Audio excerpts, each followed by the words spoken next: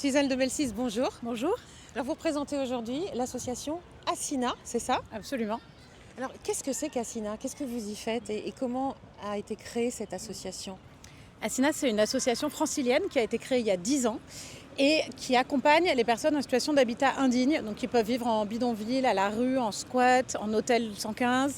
On les accompagne vers l'insertion sociale et professionnelle et on accompagne toute la famille, les parents, les enfants, en même temps, jusqu'à ce qu'ils arrivent idéalement à avoir un logement, un travail et que tous les enfants aillent à l'école. Et quel est votre lien avec DAPAT? Alors, on a été soutenu par le fonds de dotation d'APAT pour notre antenne du Val d'Oise et notamment pour l'achat d'une voiture, ce qui nous permet d'aller à la rencontre des familles, notamment sur les bidonvilles. C'est super important chez Assina, on fait beaucoup d'aller vers, on va voir les gens, déjà pour se faire connaître et aussi pour remobiliser des personnes qui ont pu s'éloigner un peu de l'accompagnement et simplement pour tisser un lien de confiance. Et notamment avec les femmes qui ont parfois plus de difficultés de mobilité, c'est très utile de pouvoir aller les voir sur leur lieu de vie. Alors aujourd'hui c'est le lancement du réseau Tisseurs de liens de DAPAT. Beaucoup d'associations sont réunies. En quoi vous pensez que c'est important d'avoir créé ce réseau?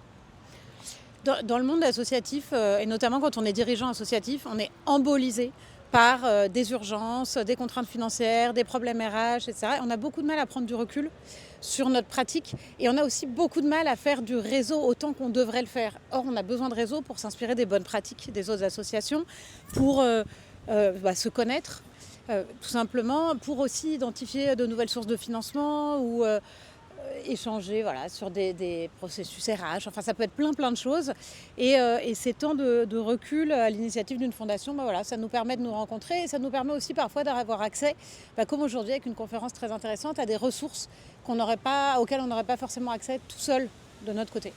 Alors à votre avis, qu'est-ce que Assina peut apporter à DAPAT Tisseurs de liens? Je pense 10 ans d'expérience sur la très grande précarité.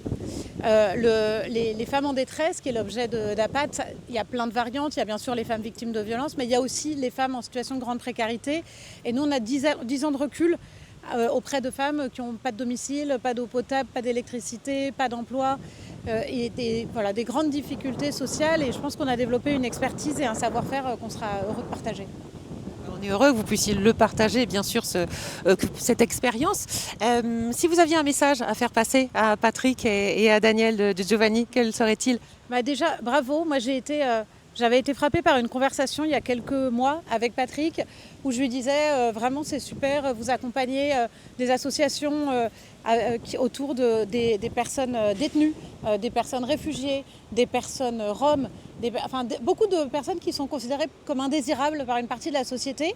Et donc je l'avais félicité et il m'avait dit on va là où il y a le plus de besoins, bien sûr. Et ce serait formidable que toutes les fondations réfléchissent comme ça. Merci beaucoup Suzanne de Belcis, merci et puis bien longue vie à Assina. Merci. Et merci d'avoir témoigné.